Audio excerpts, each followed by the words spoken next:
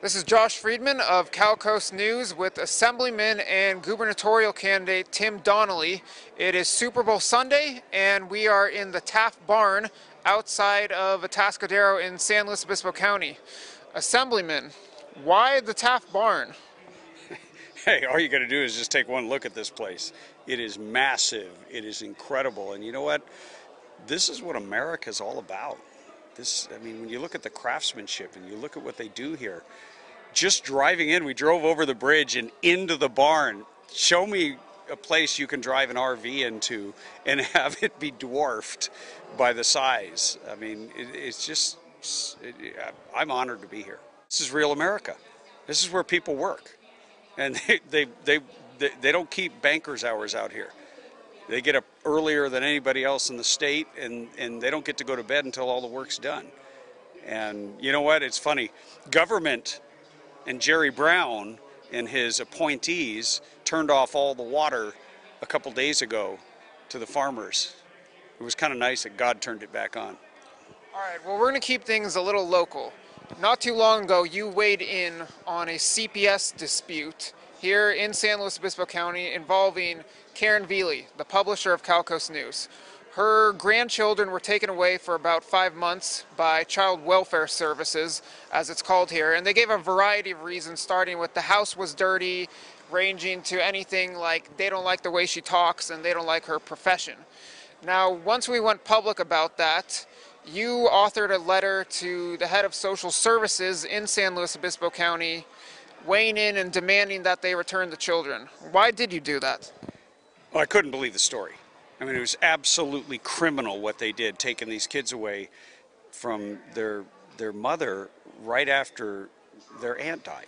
I mean, this is just unbelievable. It's heartless. And this is a perfect example of government interference in our lives. And the justification was that the dishes were dirty and there was stuff on the floor. Well, after a death in the family, there's a lot of trauma, and that family needs to come together. But what this really was payback, because she had done an expose on corruption. And the bottom line is CPS doesn't protect kids anymore.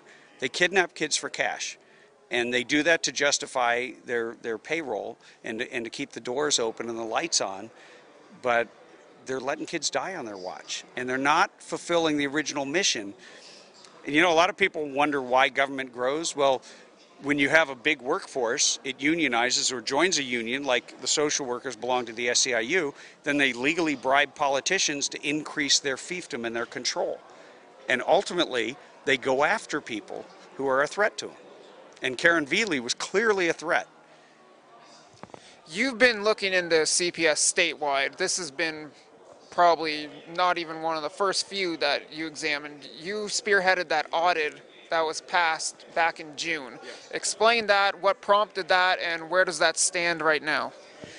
Well, the audit is underway. It's going on in 3 counties, and ultimately we're looking forward to actually reading the results that the auditor found, but we haven't been just sitting around, because to me, I've been holding hearings all over the state. And I'm putting together a package of bills that will be released shortly that will go after these abuses. First of all, we need openness. If you're going to interview a kid, it ought to be videotaped. That way we get to see some real evidence. And we need to bring the protections of our civil liberties into the CPS and family court system. Because right now it's a Kafka-esque court system where it's a social worker's word against everybody else, and their word is considered to be law. And we have a lot of kids that have been coached into saying things that aren't even true, and they wind up separating families, and they get paid to do it. And so I'm bringing a package of bills to address this. We're not going to put everything together, and I'm still going to leave a little opening in case the auditor comes up with something we missed. A lot of observers say that it's just too difficult to reform the system. You've gotten it to the stage where the auditor's coming back and there's going to be action in the legislature. But how do you actually go about this politically? What are you going to do to see that these reforms that you're talking about actually come into place? Well, that there's a variety of things you can do. You got to use the bully pulpit. You've got to hold rallies and get people to come and tell their stories, their heartbreaking stories of this personal and intimate form of tyranny. You know, in Arizona, Governor Jan Brewer actually abolished CPS, and I thought that was a very interesting way to go about it. She wants to rebuild it from the ground up and just end it.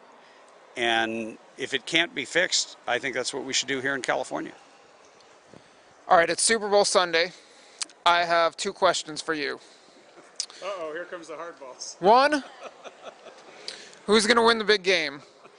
2, who's going to win the gubernatorial election? Well, I would like to say the answer to both those questions is that Californians win, but California doesn't. I don't think that's happening this year. We don't have any team left in the Super Bowl, but I'm rooting for the Seahawks because they're the most West team, and because they're being coached by Pete Carroll, who comes from California, and my son is up there serving in the Coast Guard. So I've got some justification for that, so I'm rooting for the Seahawks. Assemblyman, you're dodging the question. Who's going to win? The Seahawks. And who's going to win in November? Tim Donnelly.